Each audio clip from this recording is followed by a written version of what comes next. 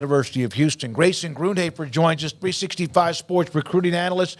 All right, Grayson, I know that there are junior days and weekends and all of that continues. Let's start, though, with the portal. I know that it's closed, and yet again, I don't know if it's ever closed.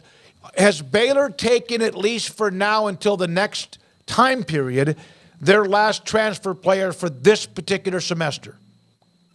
It certainly feels that way, and obviously you have two different cycles kind of going on here, right? Because you got this one that is technically you could still add guys. I mean, I think Alabama still has this open 30-day window, and there's other schools kind of like that, and obviously more dominoes to fall with who knows what happens with Michigan and just all these different, circumstances that could change things. But I think in general for Baylor, if they're going to take someone, it's going to be just a complete difference maker, stud, and likely an offensive lineman or a defensive lineman, maybe a receiver. But again, it would fall into the you can't not take a prospect category. But right now the expectation is that they're pretty much done for this cycle. And that would be, they have a solid group. They got 9 transfers committed, signed. Most are already on campus. Also added 2 JUCO prospects as well, so you get some age there added to the roster. And so, I think right now you can pretty much pencil that in for they're pretty much done unless there's something, some sort of moving part that happens. As we know, the transfer portal is pretty crazy. But then you mentioned the fact that, but then the next cycle. And I think sometimes people are kind of like, okay, what's the next cycle? But that would come essentially in the summer. But it truly is kind of after spring football where guys figure out where they are on their respective depth charts, how much they're going to play this year, get an idea of kind of what their role is going to be. You could see more attrition on the Baylor roster, and you're going to see more attrition from rosters across the country, which could open up some more spots for Baylor and allow them to take more transfers. But I do think they will probably add some prospects during that cycle. The question really is how many. And obviously, if you look back to this past year, they didn't really have a ton of success with the guys that they landed during that specific cycle outside of Byron Vaughn, who was kind of up and down, but he was the most productive of the 3 that initially signed. And so, it's a risk, but I do think that if you read and kind of listen to everyone's perspective going into that spring cycle, a lot of people think that it's going to be pretty crazy and that there's going to be a lot more guys in the portal that cycle than there ever has been in the past. And if this fall kind of winter cycle is any indication of that, I feel like that's probably going to be pretty accurate. Grayson, Junior Day is on Sunday this week, a big day for recruiting for everybody around the country. But there are a ton of guys coming. If you had, and I'm going to put you on the spot, you can only pick one that's definitely coming to Baylor, which would be the one that you would pick? Am I allowed to pick commits? No, that's not. Yeah, you can't pick the commits. They've already said yes. Okay. Yeah, so obviously the 5 commits in the 2025 class are going to be at Baylor. So if I'm not picking those, one of those 5, it really is an interesting kind of conundrum because you got a lot of guys that have visited a ton. And so naturally you kind of think, okay, well, it's probably going to be one of those guys. But then Baylor sent out a ton of offers recently. And so I think that's kind of clouded that a little bit. But I think if I were to pick one, just looking at who's on the list, who I've talked to, the kind of relationships that they've built, I'm actually going to go with a guy who I saw maybe 2 weeks ago, Iowa Colony edge Christopher Johnson. He's got a great relationship with the staff, specifically Caleb Collins. I know Caleb Collins and Dennis Johnson have been fighting over, is he going to play Jack? Is he going to play defensive end?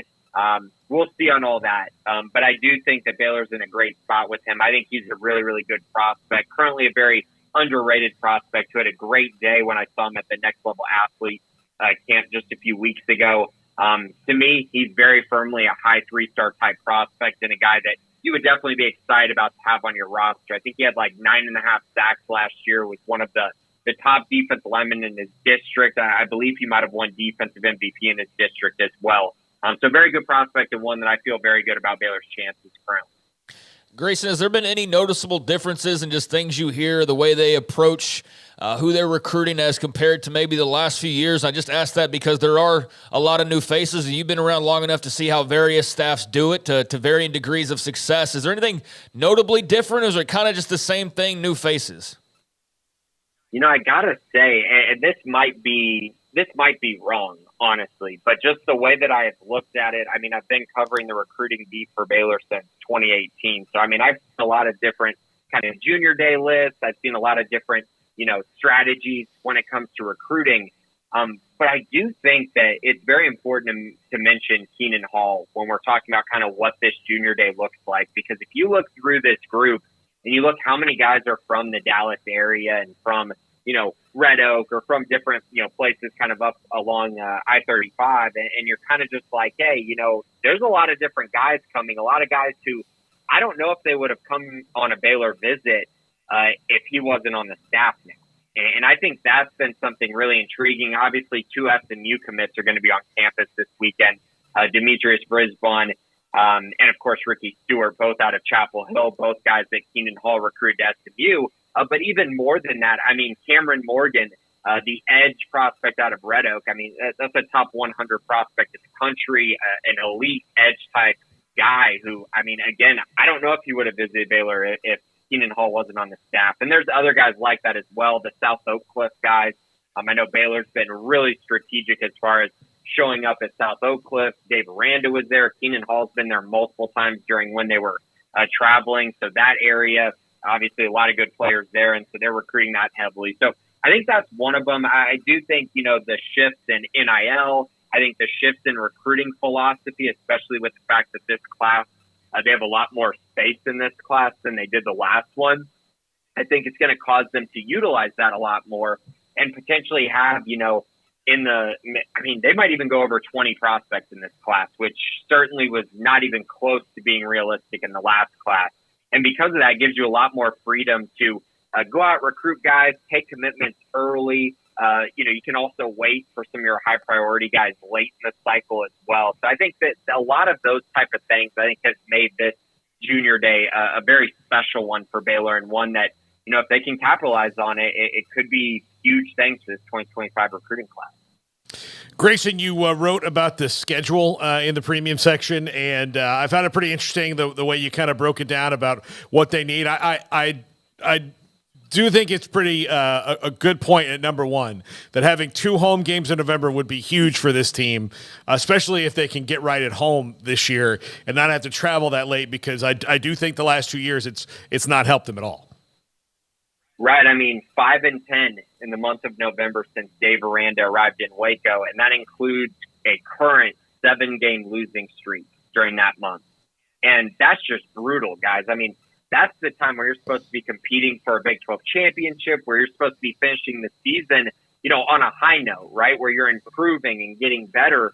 And that simply just has not been the reality the last 2 years. And so, the schedule comes out on the 30th, I believe, is what Max Olson reported. So I kind of just went with the mindset of, it would be great if Baylor could find a way to have at least 2 home games during that month, just to give them more opportunities to, not just win games, but win games as the season is coming to an end, and also making sure that the schedule isn't too brutal during that month. But yeah, it was pretty fun to do that. Obviously, we're going to know the real schedule in a week, but I kind of made up my own created one, the most ideal schedule. And obviously, you mentioned one of the criteria, and there's a few other ones in there if you want to give that a read. But yeah, I felt like it was a lot of fun, and also something that is completely made up and probably won't happen at all.